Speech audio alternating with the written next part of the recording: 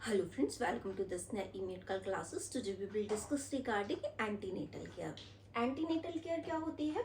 Anti मतलब पहले, ठीक है, कोई भी चीज के पहले। नेटल मतलब अगर कोई मदर जो है वो प्रेगनेंसी में है, ठीक है, तो उसके टाइम पे जो केयर की जाती है उसको हम क्या कहते हैं? एंटीनेटल केयर बोलते हैं। ये क्या कहलाती है? It is also known as prenatal care. इसको हम प्रीनेटल केयर के नेम से भी जानते हैं। क्यों जानते हैं इसको प्रीनेटल? प्री मतलब पहले, बिफोर, नेटल मतलब प्रेगनेंसी के पहले, जो प्रेगनेंसी के टाइम पे जो है मतलब बेबी नहीं आ पाया है उसके पहले जो केयर की जा रही है, बिफोर, बेबी के आने के पहले जो केयर की जा रही है, जब मदर जो है वो प्रेग्नेंट है तो उस टाइम पे जो हम केयर कर रहे हैं उसको हम क्या कहते हैं? प्रीनेटल केयर बोलते हैं। It is a systematic supervision of women during pregnancy at regular intervals. इस एंटीनेटल केयर में क्या किया जाता है? इसमें हम वुमेन जो होती है उसका हम सिस्टमेटिक एग्जामिनेशन करते हैं, सिस्टमेटिक सुपरविजन करते हैं। सिस्टमेटिक मतलब एक मंथ में किया, फिर सेकेंड मंथ में उसको हम कंटिन्यूस फॉलो अप करते हैं कि ताकि हमें पता चल सके क्या हाई रिस्क कुछ तो नहीं जा रहा है, सब कुछ नॉर्मल है। पहले उसका रजिस्ट्रेशन किया जाता है, फिर उसकी सारी चीजें जो है वो फिजिकल एग्जामिनेशन वगैरह, बेबी का पूरा हार्ट रेट मॉनिटर करना, उसके पूरे वाइटल्स, उसकी ग्रोथ प्रॉपर हो रही है कि नहीं हो रही, उसका डेवलपमेंट प्रॉपर हो रहा है कि नहीं हो रहा, ये सारी हम चीजें पता कर सके। अगर कोई भी हाई रिस्क प्रेगनेंसी है या फिर कोई कॉम्प्लिकेशंस अराइज कर रहे हैं तो उनको हम पता कर सके। इसमें इसलिए क्या करते हैं? सिस्टमैटिक मदर को सुपरवाइज किया जाता है जब मदर क्या है? प्रेग्नेंट हो रही है। और ये कब की जाती है? रेगुलर इंटरवल्स पे की जाती है। जैसे इसके इंटरवल्स रहते हैं कि अलग अलग टाइम पे अलग अलग विजिट की जाती है। फर्स्ट विजिट होती है, सेकंड विजिट करने जाती है, थर्ड विजिट करने जाती है मदर, फोर्थ विजिट करने जाती है। तो अलग अलग टाइम पे उसका कितना ग्रोथ एंड डेवलपमेंट हो गया है फीटस का, उसमें क्या क्या चेंजेस देखने के लिए मिल रहे हैं, नॉर्मल बेबी जा रहा है, कोई एबनॉर्मलिटी तो नहीं आ रही, कोई कॉम्प्लिकेशंस तो नहीं है, कोई भी हाई रिस्क चांसेस तो नहीं है, ठीक है, मदर हाइपरटेंशन वगैरह तो नहीं है। अगर कोई भी ऐसे कॉम्प्लिकेशन है वो हम अर्ली टू अर्ली आइडेंटिफाई कर सके, इसलिए इसमें क्या किया जाता है?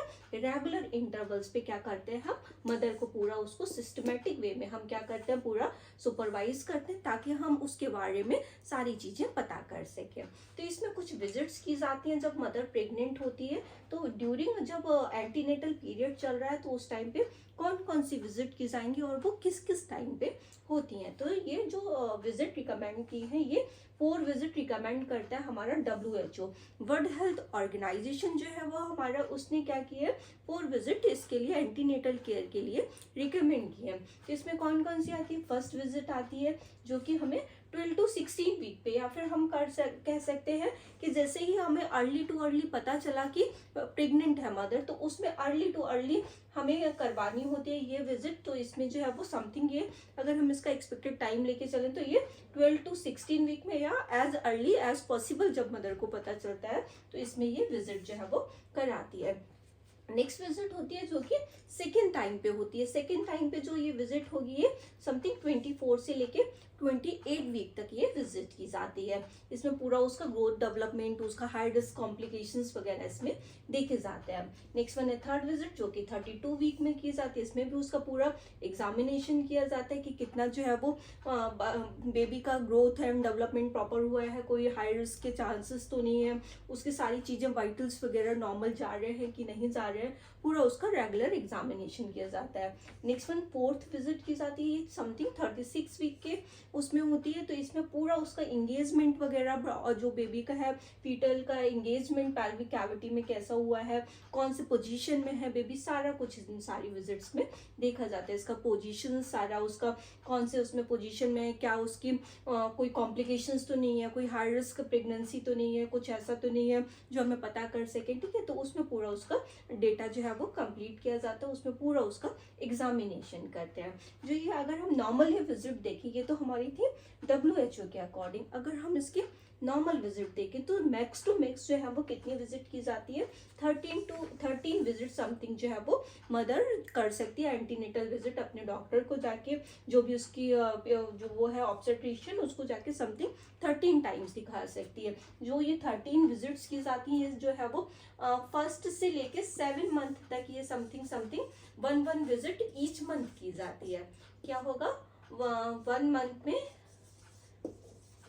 एक विजिट जो है वो कर सकती है। ठीक है, तो ये 7 मंथ तक जो होगी समथिंग, ये कितनी विजिट हो गई हमारी 7 विजिट, ये 7 मंथ में करती है, मतलब 1 मंथ में ईच विजिट ये कर रही है। ठीक है, तो 7 मंथ में कितनी कर रही है 7 विजिट। उसके बाद में 8th मंथ जब आता है तो इसमें समथिंग ये 2 विजिट कर सकती है, जो कि 15 डेज के अराउंड, मतलब 2 वीक में ये समथिंग जो है वो 15 डेज में ये 2 विजिट समथिंग कर लेती, मतलब 2 वीक्स में ये 2 विजिट कर लेती। तो हमारा कितना हो गया यहाँ पे, कितनी होगी 7 विजिट प्लस 2 विजिट। नेक्स्ट है हमारा जब 9 मंथ चल रहा होता है तो इसमें हर एक वीक में जो है वो कितनी विजिट कर सकती है, लगभग 4 विजिट ईच वीक में की जाती है। तो ईच वीक में कितनी हो गई 4 विजिट समथिंग कर सकती है। तो ये कितना हो गया समथिंग 13 विजिट जो है ये पूरा, ये ऑल टोटल विजिट जो है वो कितनी कर सकती है 13 विजिट। फर्स्ट से लेके 7 मंथ तक कितनी विजिट कर रही है 1 ईच मंथ में ये विजिट कर रही है। फिर 8th मंथ में 2 वीक्स में ये एक विजिट कर सकती है, मतलब 15 डेज के अराउंड जो है वो एक विजिट करेगी, फिर नेक्स्ट 15 डेज में एक विजिट कर सकती है। 9 मंथ जब चलेगा तो इसमें जो है वो हर एक वीक में उसे एक विजिट करनी पड़ेगी। ठीक, तो इसमें कितनी विजिट्स हो गई हमारी, जो 7 मंथ में है ये 7 विजिट हो गई, 8th मंथ में जो है वो 2 विजिट्स हो गई, और जो 9 मंथ चल रहा है इसमें जो है वो समथिंग 4 विजिट्स करती है। तो ऑल टोटल ये 13 विजिट्स करती है। नेक्स्ट हम बात करेंगे एंटीनेटल केयर के जो है वो एम्स क्या होते हैं, इसमें हम क्या क्या चीजें जो है वो आइडेंटिफाई करते हैं, इसका क्या पर्पस है, तो इसके बारे में हम डिस्कस करेंगे। नेक्स्ट हमारा है एंटीनेटल केयर के टाइम पे हमारे क्या एम्स होंगे, हमें क्या चीजें जो है वो प्लान करनी है कि हम जो एंटीनेटल के टाइम पे कर सकते हैं। तो हमारे इसके लिए मेन एम्स क्या हैं जो हमें अचीव करने हैं। मदर जो है वो क्या क्या कर सकती है, हम जो अच्छी चीजें जो है उसके लिए कर सकते हैं। ठीक है, तो इसमें हम किस लिए हम एंटीनेटल कर रहे हैं, to detect any high risk cases. Mother को कोई भी हाई रिस्क प्रेगनेंसी तो नहीं है, लाइक किसी को किसी डिजीज कंडीशन कोई हो रखी है, या फिर जैसे मदर समटाइम्स हाइपरटेंसिव हो रखी होती है, डायबिटीज मेलाइटिस उसका हो रखा होता है, या कोई अदर कोई डिजीज कंडीशन हो रखी है, जैसे कोई किसी मदर का शॉर्ट स्टेचर है, या फिर बहुत ही कम एज है, या फिर कोई भी अदर गायनोकोलॉजिकल उसको इशू है, तो उसको हम पता कर सके कोई भी ऐसा इशू जो भी हाई रिस्क केसेस के अंदर आ रखा है। ठीक, तो उसको हम पता करने के लिए हम क्या करवाते हैं, एंटीनेटल केयर करवाते हैं, इसलिए ये विजिट्स वगैरह इसके अंदर प्लान की जाती हैं। To avoid any complication during pregnancy, कोई भी कॉम्प्लिकेशंस होती हैं ये प्रेगनेंसी के टाइम पे अराइज कर सकती हैं, जैसे कि समटाइम्स अगर पोस्टमार्टम हेमरेज होने के चांसेस हो जाते हैं, या फिर मदर हाइपरटेंसिव जो है वो हो जाती है, समटाइम्स जो है वो अदर कोई भी एबनॉर्मलिटी होने के चांसेस हो सकते हैं। ठीक, जैसे कि फीटस है उसके अंदर कोई भी जेनेटिक प्रॉब्लम होने के चांसेस हो सकते हैं। ठीक, तो इन सारी चीजों को हम कॉम्प्लिकेशंस जो भी हो सकते हैं इनको हम अवॉइड कर सके।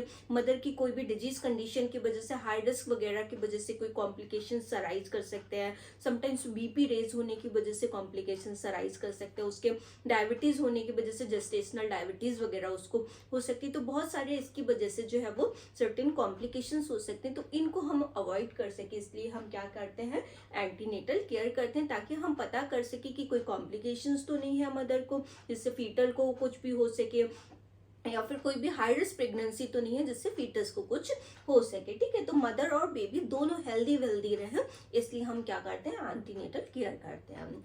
To provide health education to mother, mother को हमें सारी चीजें हम बता सकें कि उसको क्या करना है क्या नहीं करना है, क्या चीजें उसको खानी है, इम्यूनाइजेशन में उसको क्या क्या कब कब उसका स्केड्यूल्ड है, कब कब उसे विजिट के लिए आना है, तो ये सारी चीजों के बारे में हम उसे बता सके, उसे क्या क्या प्लानिंग करके रखनी है एंटीनेटल केयर के टाइम पे, कि कोई भी उसके हाफ हजार्ड्स उस टाइम पे ना हो सके। ठीक है, बाद में उसे कोई प्रॉब्लम्स अराइज ना करें, तो उसको हम सारी बातों के लिए, उसे न्यूट्रिशन में क्या लेना है, उसे इम्यूनाइजेशन कब कराना है, उसे सारी चीजें जो है वो छोटी छोटी चीजें जो है वो कब करानी है, उसे क्या प्रिपरेशन करके रखनी है, हम ये सारी चीजें जो है उसके लिए कर सके, इसलिए हम क्या करते हैं उसको हम एजुकेट भी करते हैं, ताकि हम उसको कोई भी ऐसी चीजें जो वो मिसकंसेप्शंस उसके दिमाग में ना रहे। ठीक है, जैसे कि समटाइम्स क्या होता है कि कोई लोग उसको बता सकें, बता देते हैं कि तुमको ये करना है, लेकिन उसके लिए वो बैड चीज़ें हो सकती हैं। समटाइम्स मिसकंसेप्शंस लोगों के गांव के अंदर, लोगों के अंदर बहुत सारे प्रेजेंट होते हैं, तो वो सारी चीज़ें हम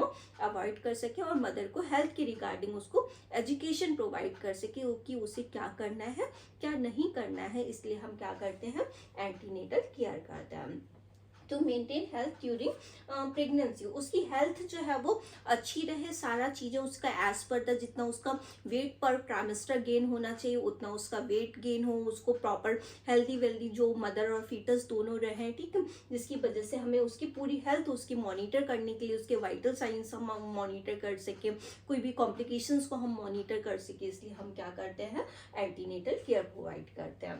टू एजुकेट अबाउट इम्यूनाइजेशन, उसको इम्यूनाइजेशन के बारे में हम एजुकेट कर सके कि उसको खुद का क्या टिटनेस का या इम्यूनाइजेशन कब कराने आना है उसे, जैसे कि अदर कोई भी आयरन फॉलिक एसिड की उसको रिक्वायरमेंट है तो उसके बारे में हम उसको बता सकें, ठीक है, उसको अनीमिया होने के चांसेस हैं या फिर कोई भी अदर प्रॉब्लम होने के चांसेस हैं तो उसके बारे में हम बता सकें, उसको पूरा इम्यूनाइजेशन उसका स्केड्यूल हम दे सके कि उसने फुल इम्यूनाइजेशन वो अपने आप को करा सके, ठीक है, ताकि कोई भी टिटनेस वगैरह होने के चांसेस जो है वो उसके कम हो सके। इसलिए जो है वो हम उसको पूरा एजुकेट करते हैं अब खुद के इम्यूनाइजेशन के बारे में, साथ में उसके जो आने वाला बेबी है, अपकमिंग बेबी, उसके बारे में भी, उसे कब कब इम्यूनाइजेशन कराना है तो उसके बारे में भी हम उसे एजुकेट करते हैं।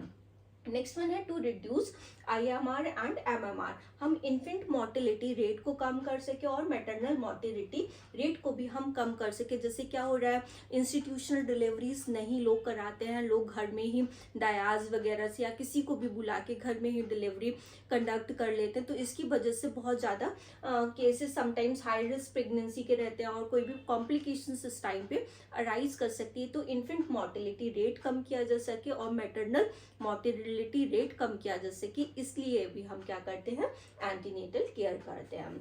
To educate about dos and don'ts during pregnancy. एक मदर को प्रेगनेंसी के टाइम पे उसे क्या करना चाहिए और क्या नहीं करना चाहिए, क्या मिसकंसेप्शन से बचना चाहिए, क्या डाइट उसको लेनी चाहिए, क्या नहीं लेना चाहिए, तो उन सारी चीज़ों के बारे में, उसका डाइट चार्ट, उसे क्या करना है क्या नहीं करना, उसके अपनी डाइट में क्या क्या चीज़ें ऐड करनी है, क्या चीज़ें नहीं करनी है, तो इन सारी चीज़ों के बारे में हम उसे बता सके, इसलिए हम क्या करते हैं, एंटीनेटल केयर करते हैं। नेक्स्ट वन है to promote and protect mother and foetus. दोनों ही मदर को और फीटस को हम ड्यूरिंग द प्रेगनेंसी उसको प्रोटेक्ट कर सके ताकि उसके डिजीज कंडीशन के चांसेस, कोई भी कॉम्प्लिकेशंस अराइज होने के चांसेस, कोई भी एबनॉर्मलिटी आने के चांसेस अगर है भी, अगर एबनॉर्मलिटी तो हम उसको अर्ली टू अर्ली डिटेक्ट कर सके, इसलिए हम क्या करते हैं, एंटीनेटल केयर करते हैं।